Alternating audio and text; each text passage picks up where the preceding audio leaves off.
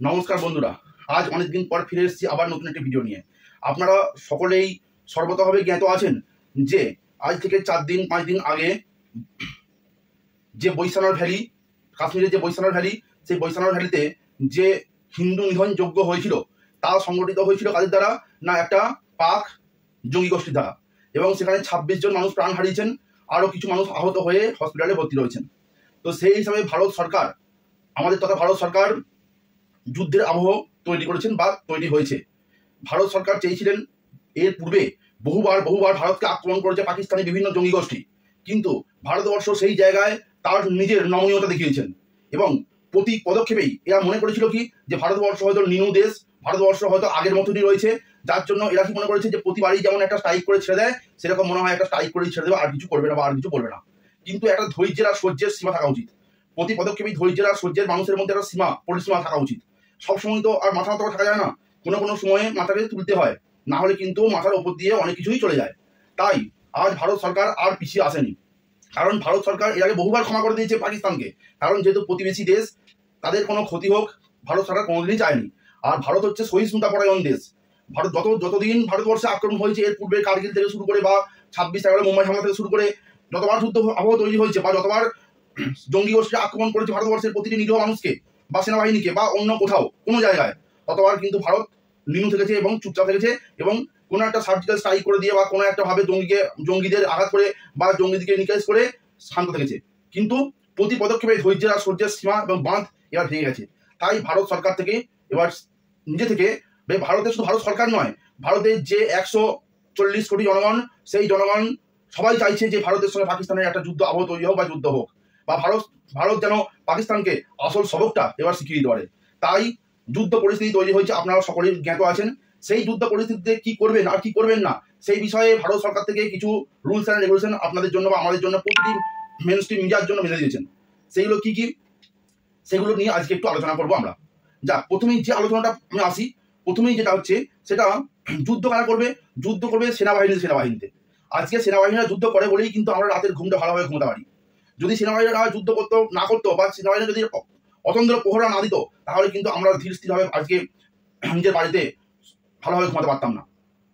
এই সেনাবাহিনী যুদ্ধ হবে, কিন্তু আমাদেরকেও কিছু সতর্কতা এবং আমাদের কিছু নিয়ম নীতি মেনে চলতে হবে।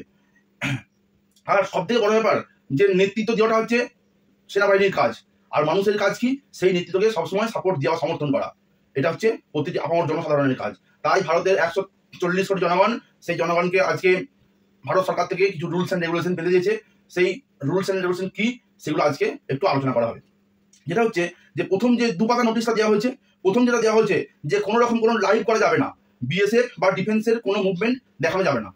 ব্যাপারটা কি না, ডিফেন্সের যে লোকজন আছেন তারা কোথায় যাচ্ছেন, কীভাবে যাচ্ছেন বা তাদের যে মুভমেন্ট, সেগুলো একটাও লাইভ টেলিকাস্ট করা যাবে না।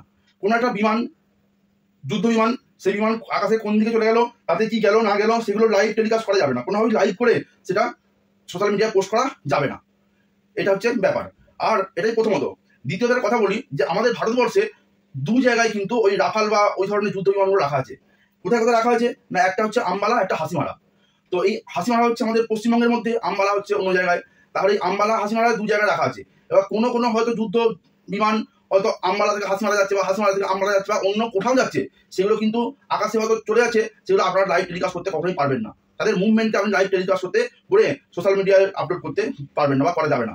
তাহলে কিন্তু আপনি দণ্ডনীয় অপরাধী বলে গণ্য হবেন। এটা প্রথম। এবারে এই যে ব্যাপারগুলো ঘটছে, আপনাকে নিজেও সাবধান থাকতে হবে আর অপরকেও সাবধান করতে হবে বা অপরকেও জ্ঞাত করে দিতে হবে, তারা যেন অজ্ঞাত না থাকেন। এটা হচ্ছে প্রথমত। দ্বিতীয়ত হচ্ছে যে পোস্ট করার আগে দেখতে হবে সেটা ডিফেন্স বা অন্য কোনো সিকিউরিটি বা কোনো নিয়ম নীতিকে লঙ্ঘন করছে কিনা।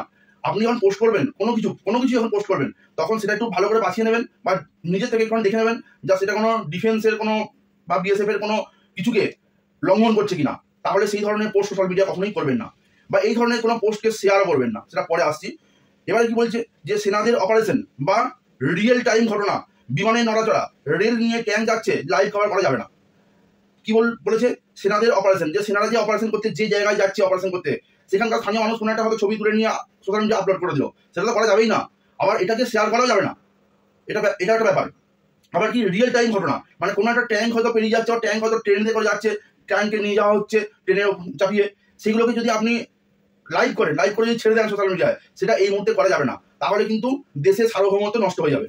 এরপর কি তৃতীয়ত হচ্ছে যে সিকিউরিটি পার্সনের লাইভ কভার বা ডিফেন্সের লাইভ কভার করা যাবে না, কোনো মহড়াও লাইভ কভার করা যাবে না। সেনার পক্ষে এটা ক্ষতিকর, এবং সেনার পক্ষে এটা শুধু ক্ষতিকর বললে হবে না, দেশের পক্ষেও ক্ষতিকর। সিকিউরিটি পার্সনের লাইভ কভার করা যাবে না। ধরুন যে কোনো একজন সেনা, সে কোথায় যাচ্ছে, তার মুভমেন্ট, সে ফোনে কি কথা বলছে, বা সেগুলোকে লাইভ করে সোশ্যাল মিডিয়ায় কিন্তু কোনো কিছু করা যাবে না। আবার সিকিউরিটি পার্সন কোথায় যাচ্ছে, কিভাবে যাচ্ছে, সে ট্রেনে করে যাচ্ছে না বাসে করে যাচ্ছে, সেগুলো ছবি তুলে আর সোশ্যাল মিডিয়ায় আপলোড করা কখনোই চলবে না। এটা হচ্ছে 3 নম্বর। 4 নম্বর, একটা রুলস অ্যান্ড রেগুলেশন ভারত সরকার থেকে দিয়েছে নাকি, এর আগে লাইভ টেলিকাস্ট যেখানে করা হয়েছিল, সেই লাইভ টেলিকাস্ট করার জন্য কিন্তু অনেক সময় জঙ্গিদের নিকেশ করতে অনেক বেগ পেতে হয়েছিল। তাই এবারে সেই ভুলটা যেন না হয়, তার জন্য অবশ্যই ধ্যান দিতে হবে আপনাকে, আমাকে, যারা আমরা সোশ্যাল মিডিয়ায় কাজ করি তাদের প্রত্যেককে।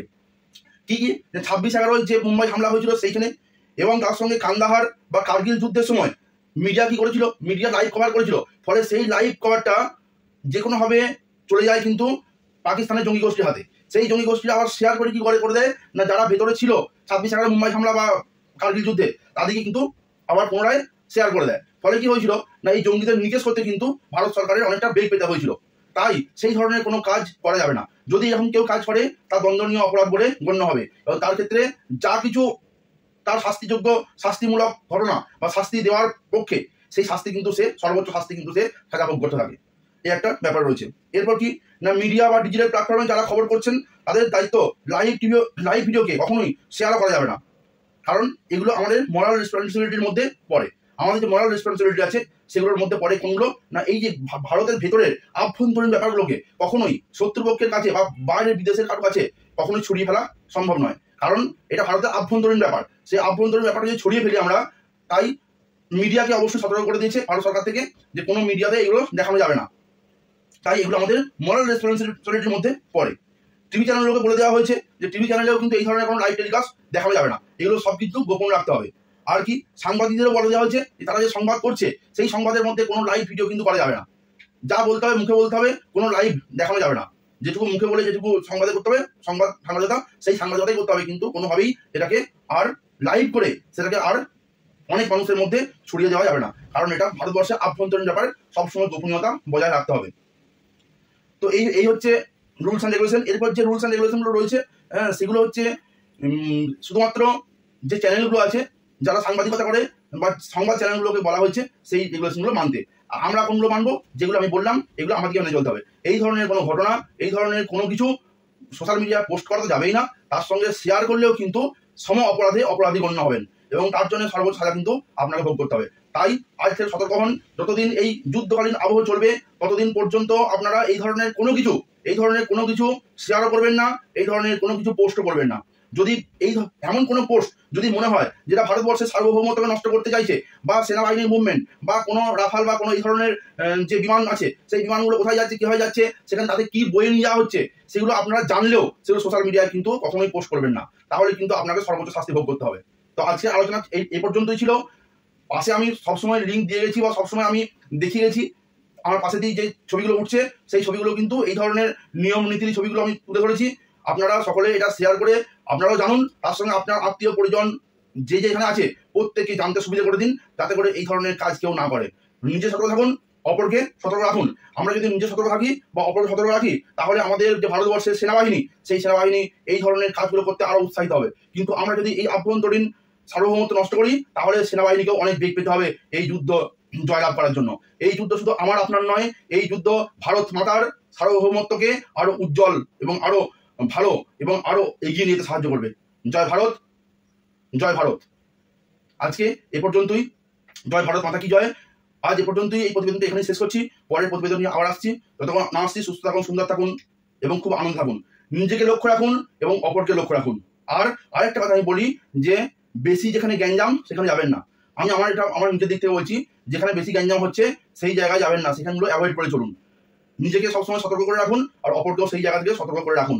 মানুষকে বোঝান, ভীতসন্ত্রস্ত না হয়ে, শুধুমাত্র ভীতসন্ত্রস্ত হবেন না, শুধুমাত্র নিজেদের এই যে security rules and regulation Bharat সরকার বেঁধে দিয়েছে, এগুলোই শুধুমাত্র আপনারা প্রচার করে দিন, আর তার সঙ্গে সঙ্গে নিজেরাও জেনে রাখুন। আজকের প্রতিবেদনটি এখানেই শেষ করছি। সকলে ভালো থাকুন, ধন্যবাদ।